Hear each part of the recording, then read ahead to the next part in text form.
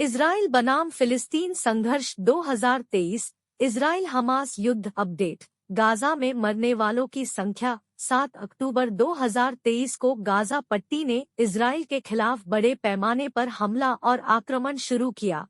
Hamas के नेतृत्व वाले फिलिस्तीनी आतंकवादी संगठन ने 2023 में इजराइल बनाम फिलिस्तीन संघर्ष की शुरुआत की। यह इजराइल फिलिस्तीन संघर्ष पहला प्रत्यक्ष इजराइल गाजा संघर्ष है, जो 1948 के अरब-इजरायल युद्ध के बाद इजरायली क्षेत्र के भीतर हो रहा है। चरमपंथी समूह ने गाजा इजरायल सीमा अवरोध को तोड़ दिया और गाजा सीमा पार से इजरायली सेना और निपटान चौकियों में जबरन प्रवेश किया। विरोध की शुरुआत सुबह सुबह वाहन से इजरायली क्षेत्र में भ्रमण और इजरायल के खिलाफ रॉकेट बमबारी के साथ हुई। इजरायली नागरिक समुदायों और सैन्य प्रतिष्ठानों के पास कई हमले किए गए। इजराइल बनाम फिलिस्तीन युद्ध 2023। मरने वालों की संख्या। फिलिस्तीनी इलाके पर हवाई हमले कर रही इजरायली सेना ने मंगलवार को बताया कि इजरायल और गाजा पट्टी में हमास आतंकवादियों के 1500 से अधिक शव पाए गए हैं। इजरायल में 900 से ज्यादा लोग मारे गए हैं और गाजा पट्टी में 700 से ज्यादा लोग मारे गए हैं। इसके अलावा इजरायल में 2000 से अधिक लोग विस्थापित हुए हैं, जबकि गाजा पट्टी में 1.5 लाख लोग विस्थापित हुए हैं। यरूशलेम में कई दुर्घटनाएं देखी गई हैं, जहां इजरायली और फिलिस्तीनी दोनों लोग एक साथ रहते हैं। मुख्य इजरायली फिलिस्तीनी मुद्दे क्या हैं? विवाद के मूल में दो राज्य समाधान, इजरायली बस्तियां, यरूशलेम की स्थिति और शरणार्थी है।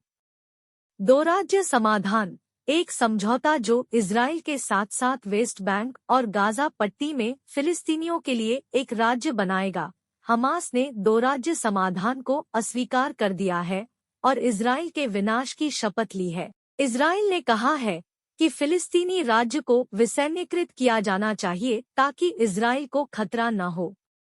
बस्तियां। अधिकांश देश 1967 में इजरायल द्वारा कब्जा की गई भूमि पर बनी यहूदी बस्तियों को अवैध मानते हैं।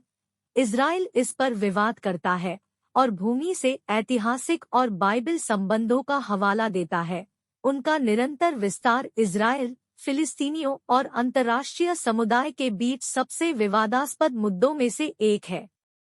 यरूशलेम। फिलिस्तीनी पूर्वी यरूशलेम को, जिसमें मुसलमानों, यहूदियों और ईसाइयों के पवित्र स्थल शामिल है, अपने राज्य की राजधानी बनाना चाहते हैं। इजराइल का कहना है कि यरूशलेम को उसकी अविभाज्य और शाश्वत राजधानी बनी रहनी चाहिए। यरूशलेम के पूर्वी हिस्से पर इजराइल के दावे को अंतर्राष्ट्रीय स्तर पर मान्यता नहीं मिली है। ट्रंप ने विवादित शहर में अपने अधिकार क्षेत्र की सीमा निर्दिष्ट किए बिना यरूशलेम को इजराइल की राजधानी के रूप में मान्यता दी और 2018 में अमेरिकी दूतावास को वहां स्थानांतरित कर दिया। शरणार्थी। आज लगभग 5.6 मिलियन फिलिस्तीनी शरणार्थी मुख्य रूप से 1948 में भागे लोगों के वंशज जॉर्डन, लेबनान, सीरिया, इजराइल के कब्जे वाले वेस्ट बैंक और गाजा में रहते हैं।